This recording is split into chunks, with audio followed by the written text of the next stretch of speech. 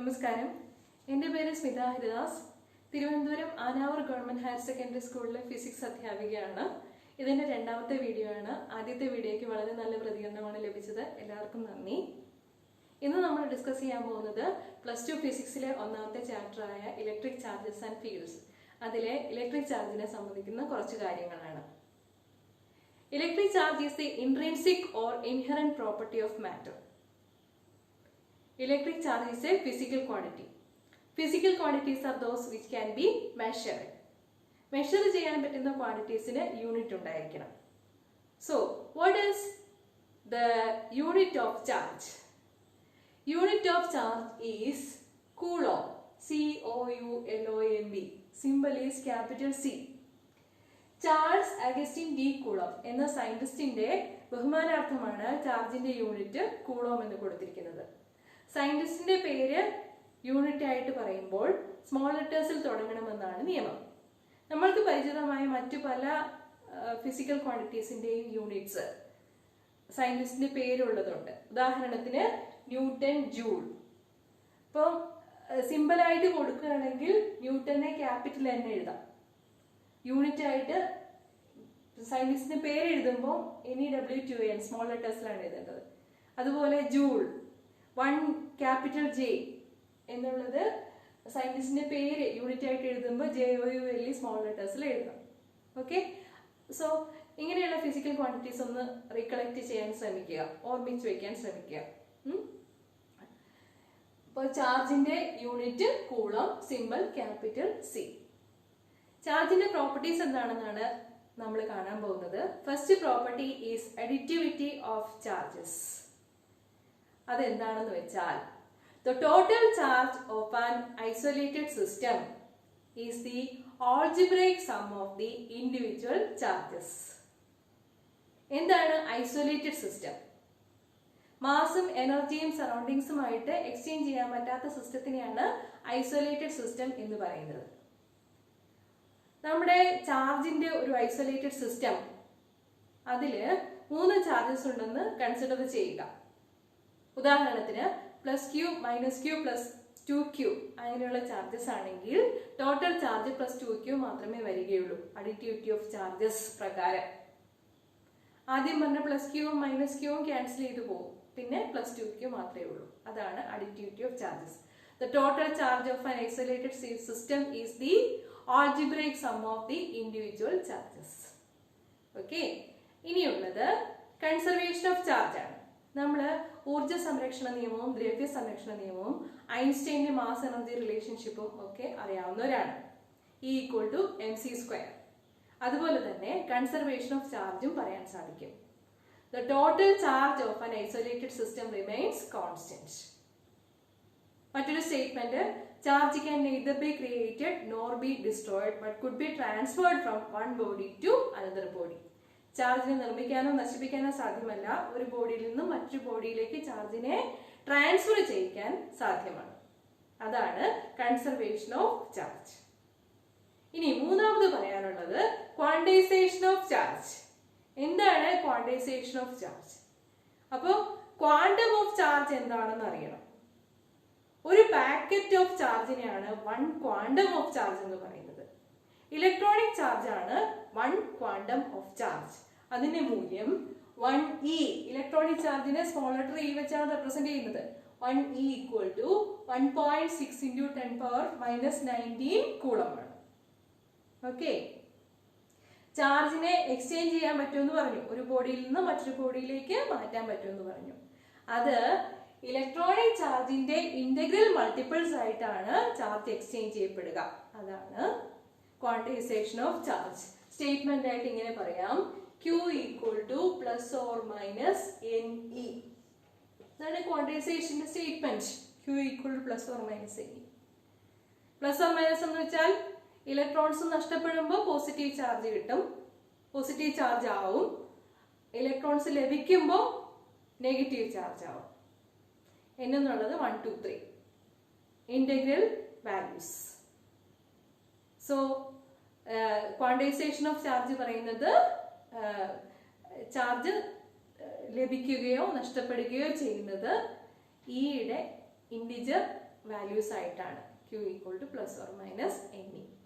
ഇനി നാലാമത്തത് നമുക്ക് എല്ലാവർക്കും അറിയാവുന്നതാണ്, ചാർജ് പോസിറ്റീവോ നെഗറ്റീവോ ആണെന്നുള്ള പറയുന്നതാണ്. Like charges ripple each other, unlike charges attract each other. Positive positive ripple ചെയ്യും, നെഗറ്റീവ് നെഗറ്റീവ് റിപ്പൽ ചെയ്യും, പോസിറ്റീവ് നെഗറ്റീവ് അട്രാക്ട് ചെയ്യും. So these are the four properties of important four properties of charge. Which are they? Additivity. Total charge on an isolated system is the algebraic sum of the individual charges. Second one is conservation of charge.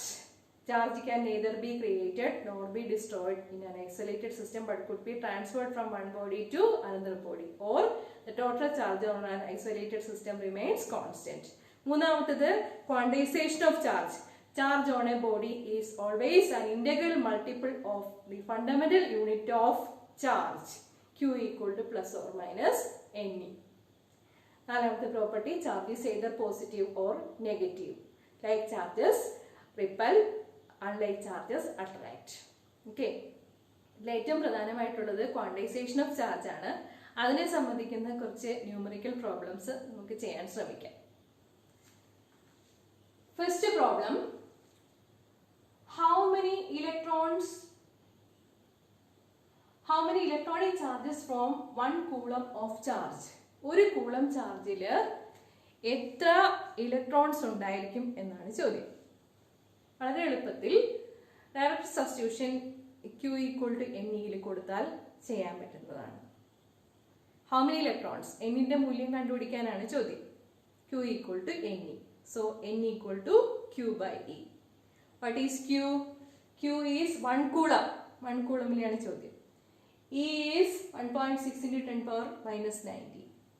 അപ്പോൾ എന്നിന്റെ മൂല്യം നമ്മൾ ചെയ്ത് കിട്ടുന്നത് 6.25 × 10⁻18 എന്നുള്ളതായിരിക്കും. ഇത് കാണാതെ പഠിച്ചു വെക്കേണ്ട വാല്യൂ ആണ്. 1 കൂളത്തിൽ എത്ര ഇലക്ട്രോൺസ് ഉണ്ടായിരിക്കും? 6.25 × 10⁻18 ഇലക്ട്രോൺസ് ഉണ്ടായിരിക്കും. ഇത് ഈ മൂല്യം പഠിച്ചിരിക്കുക.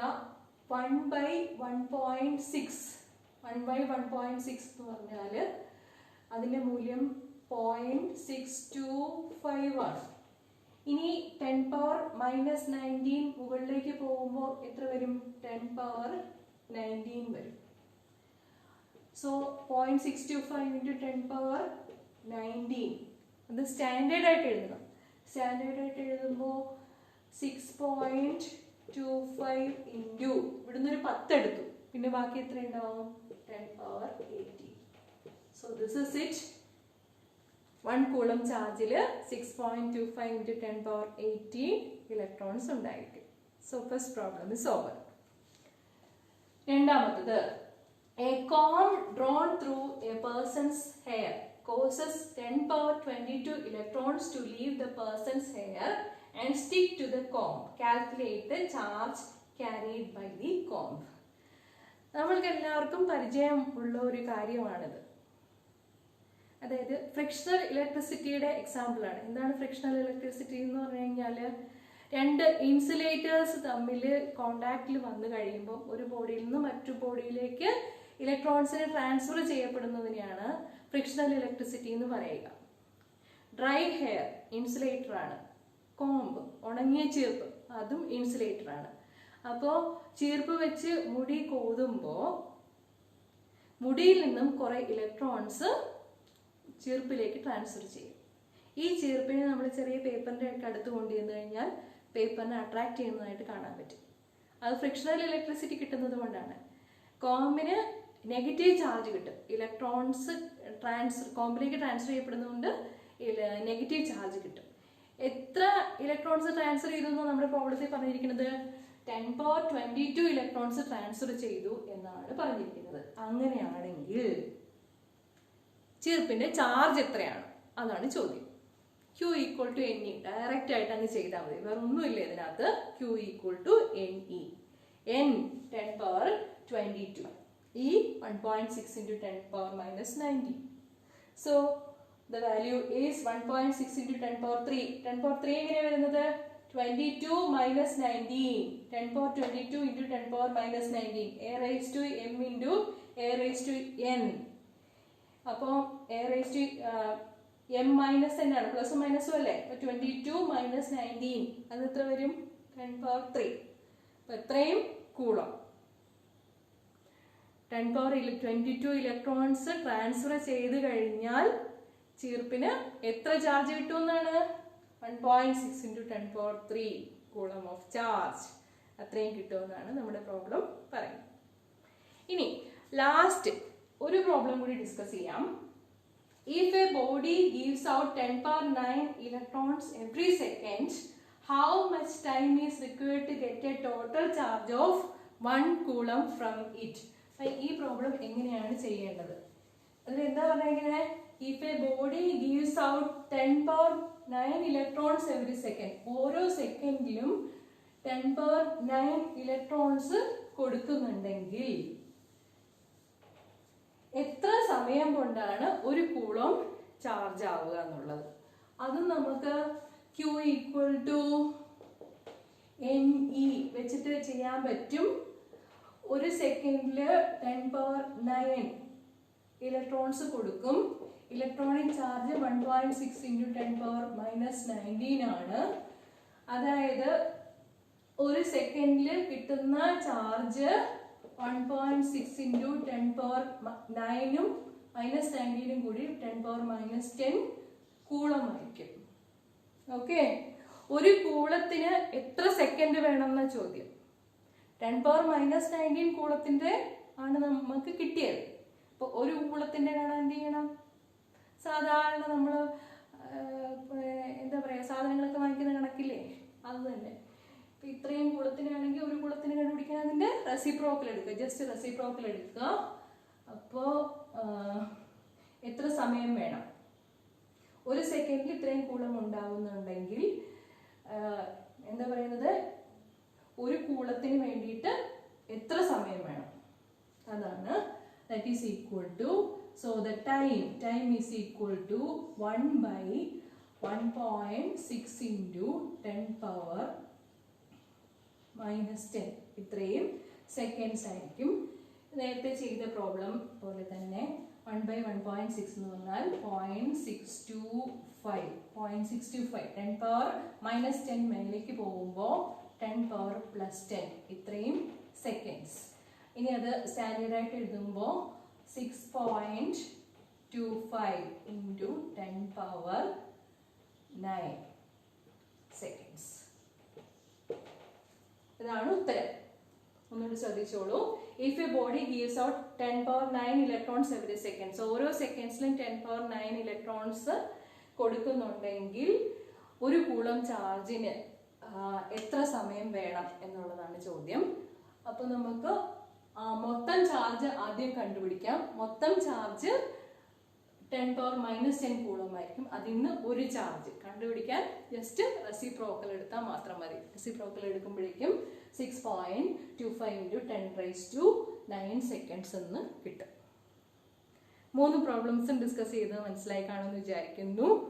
അതുപോലെ പ്രോപ്പർട്ടീസ്, അതും ചാർജിന്റെ പ്രോപ്പർട്ടീസും മനസ്സിലായി കാണുമെന്ന് വിചാരിക്കുന്നു. മറ്റൊരു ടോപ്പിക്കുമായിട്ട് അടുത്ത ദിവസം കാണാം. എല്ലാവർക്കും നന്ദി.